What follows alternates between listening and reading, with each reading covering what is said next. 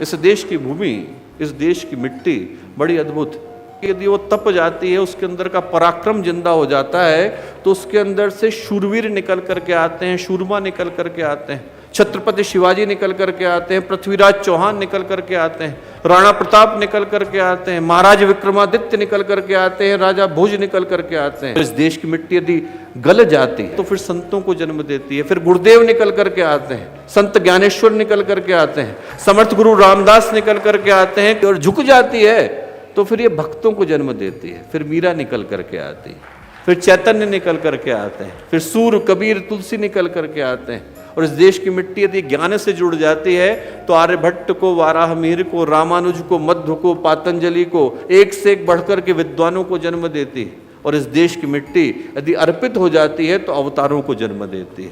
फिर उसके बाद तीर्थंकरों को जन्म देती है, उसके बाद गुरुओं को जन्म देती है।